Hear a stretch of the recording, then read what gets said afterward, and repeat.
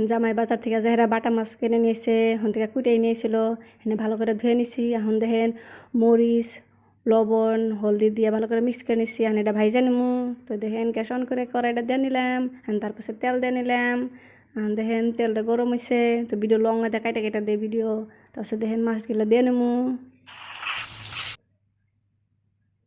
দেখেন লাইগা ধরছে, ভাজা ওই কড়াইটা হলে লাগে ধরতো না আমার কালা কড়াই। তো সবই কি কই সবার বাড়িতে একটা করে ভাজা পোড়ার কড়াই থাকে, তো এই কড়াইটার মধ্যে লাগে ধরছে।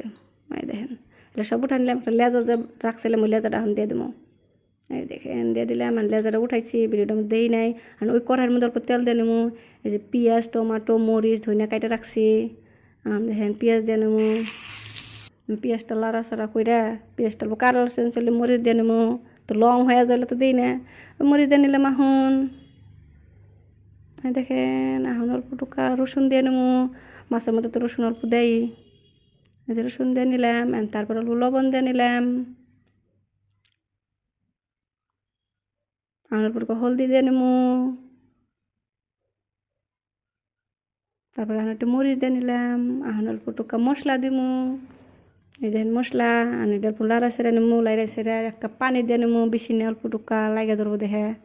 এই দেখেন অল্প টুকা পানি দিয়ে নিলাম, আর যে টমেটোটা কাটা রাখছিলাম ওই টমেটোটা এটার মধ্যে দিয়ে দেবো। এই দেখেন আর এর মধ্যে আমি ভোল কেটে রাখছি, আমার হাজব্যান্ড ভোল দিয়ে মাছ দেখাবো, তো ভোগ বল নিয়ে এসে তো ভোলগুলো কেটে রাখছিলাম, ভালো করে ধুয়ে ঠুয়ে বাটির মধ্যে রেখে দিছি। তো তারপরে এখন দেখেন টমেটোটা হইলো, আর আমি ভোল টুকা দিয়ে দেবো। এই যে ভোলগুলা এই যে, আর হেনে পানি দিম না, ভোলে থেকে বলে পানি বাড়ায়, সো পানি দিম না। তো এটা ঢেকে দিচ্ছি, দেখেন এই যে কতক্ষণ পাচ্ছে দেখেন পানি অটোমেটিক হয়ে গেছে। তারপরে দেখেন যে মাছগুলো ভাইজা রাখছিলাম মাছগুলো ছেড়ে দিলাম, তারপরে মাছগুলো হয়েছে ওটা ভিডিও কাটে দিয়েছিলাম। ধনিয়া দিয়ে নিলাম, দেন এই যে আমার সবজি রেডি।